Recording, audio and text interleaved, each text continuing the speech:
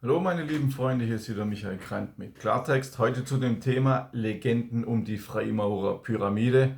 Ja, ich weiß, es ist ein Thema, das ich eigentlich noch gar nie besprochen habe, Freimaurer. Einige Leser haben mich darum gebeten und deshalb möchte ich ein Video machen zur Freimaurerpyramide. Und ich möchte einfach mal versuchen, ob dieses Thema in meinem Kanal überhaupt Gehör bei euch findet. Sollte das Video nicht laufen, werde ich das Thema nicht weiter berücksichtigen. Sollte dieses Thema interessant sein für euch, werde ich auch in Zukunft immer mal wieder auf das Thema Freimaurer zurückkommen. Also, Legenden um die Freimaurerpyramide. Sinnbild, größter Menschheitsschatz oder der Mensch als Gott. Verschiedene Legenden ranken sich um die mystische Freimaurerpyramide. Pyramiden waren im alten Ägypten mystische Portale, durch die verstorbene Pharaonen zu den Göttern aufsteigen sollten. Auch die Freimaurerpyramide ist ein architektonisches Symbol für die Fähigkeit des Menschen, sich von der irdischen Welt zu lösen, in den Himmel aufzusteigen und zur goldenen Sonne zu gelangen, dorthin, wo der höchste Ursprung der Erleuchtung liegt. Es gibt verschiedene Legenden über die Freimaurerpyramide. Die erste Legende heißt das Sinnbild höchster Vollendung. Diese Legende besagt, dass die Freimaurer die Pyramide erschufen, um die große Weisheit für die zukünftigen Generationen zu bewahren. In Europa verfolgt, transportierten sie ihr geheimes Wissen aus der alten Welt in die neue Welt, nach Amerika, wie es damals noch hieß, dem Land, von dem sie hofften, sie würden frei sein von religiöser Unterdrückung und Verfolgung. Dort bauten sie eine unzugängliche Festung, eine versteckte Pyramide, um die antiken Mysterien zu schützen, bis die Zeit für alle Menschen reif sei, um mit dieser Macht umzugehen. Demnach wurde die Pyramide erschaffen, damit die Geheimnisse der antiken Mysterien niemals vergessen werden. Die Freimaurerpyramide wird als kolossales Bauwerk beschrieben, mit einer Spitze aus solidem Gold. Die Informationen, die sie enthält, sind verschlüsselt, eine mystische Sprache verloren gegangener Worte und nur für Eingeweihte zu entziffern. Die Freimaurer krönten ihre Pyramide mit einem glänzenden Deckstein aus solidem Gold. Dieser symbolisiert die Transformation der bis dahin unfertigen Pyramide in ein Sinnbild höchster Vollendung. Das also die erste Legende über die Freimaurerpyramide. Eine andere Legende besagt, dass die Freimaurerpyramide eben nicht die Mysterien an sich offenbart, sondern lediglich den geheimen Ort, wo diese verborgen liegen. Demnach ist sie nur eine Karte.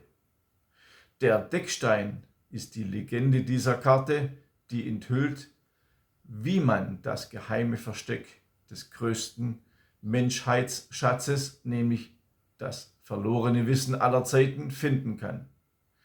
Die Pyramide soll so hoch sein, dass sogar Gott sie selbst berühren kann. Demnach gehen viele davon aus, dass sie ein riesiges Bauwerk sein muss, das weit nach oben in den Himmel reicht. Das ist also die zweite Legende zur Freimaurerpyramide. Die dritte Legende bestreitet genau all das. Die Pyramide an sich soll nämlich nur ein paar Zentimeter groß sein, denn die antiken Mysterien und die Philosophie der Freimaurer erläutern, dass jeder Mensch selbst Gott werden kann. Schon in der Bibel, Genesis, stehe geschrieben, dass Gott den Menschen nach seinem Ebenbild erschuf. Demnach müsse man akzeptieren, dass der Mensch Gott nicht untergeordnet sei.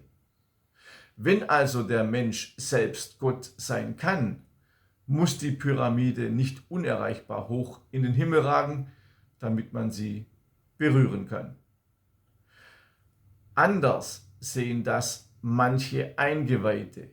Für sie sind wir Profane, Außenstehende und nicht in der Lage, die wahren Realitäten zu erkennen.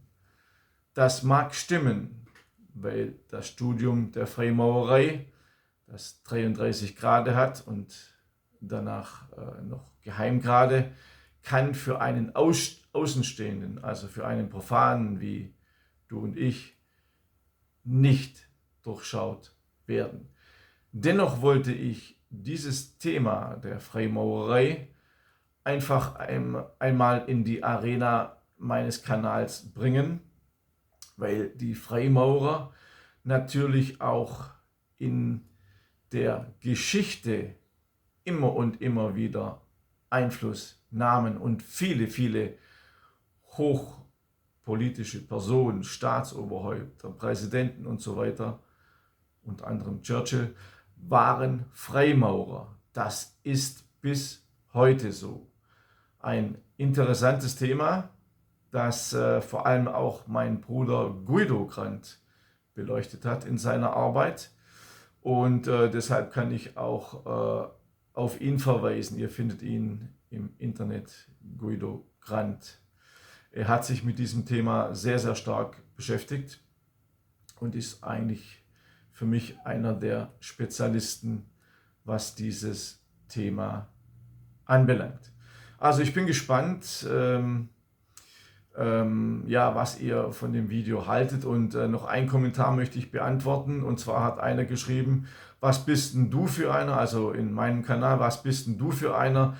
Du hast plötzlich deinen Namen geändert, dir kann man gar nichts mehr glauben. Also dieser Schwurbler ist wieder mal so dermaßen, ich kann das Wort nicht sagen, aber unintelligent, dass er nicht begreifen kann, dass ich einen Bruder habe und sogar noch einen Zwillingsbruder mit dem Namen Guido.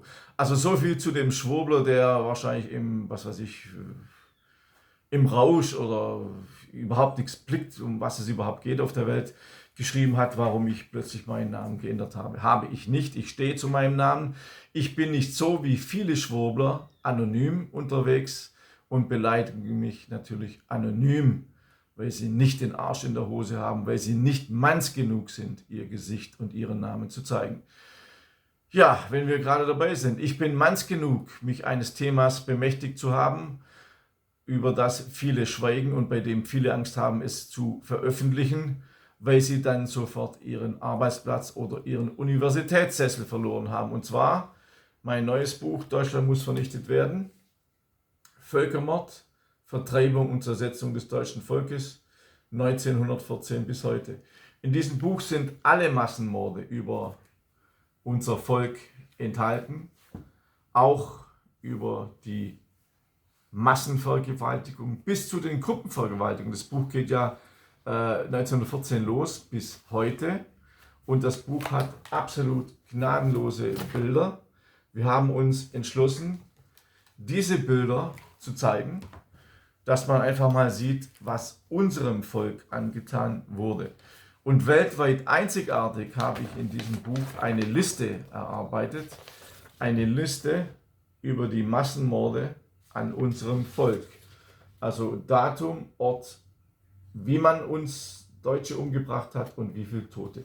So etwas gibt es noch in keinem Buch weltweit. Es sind Millionen Tote, die die alliierten Massenmörder umgebracht haben. Also wenn ihr teilhaben wollt an der Gedenkkultur an unsere Großeltern, dann könnt ihr euch dieses Buch erwerben. Abonniert mich auch bei Telegram, dort bin ich täglich mit Audionachrichten und mit Videos, die ich hier bei YouTube nicht veröffentlichen kann. Habt keine Angst, Telegram ist noch einigermaßen unzensiert, alles andere kann man ja so ziemlich vergessen. Telegram geht noch so einigermaßen, auch nicht hundertprozentig frei von Zensur, aber es geht noch einigermaßen, deshalb habe ich mich entschlossen, auch dort zu sein. Auch mein kostenloser Newsletter auf www.michaelgrant.de könnt ihr abonnieren. Ich wünsche euch alles Gute, bis zum nächsten Mal.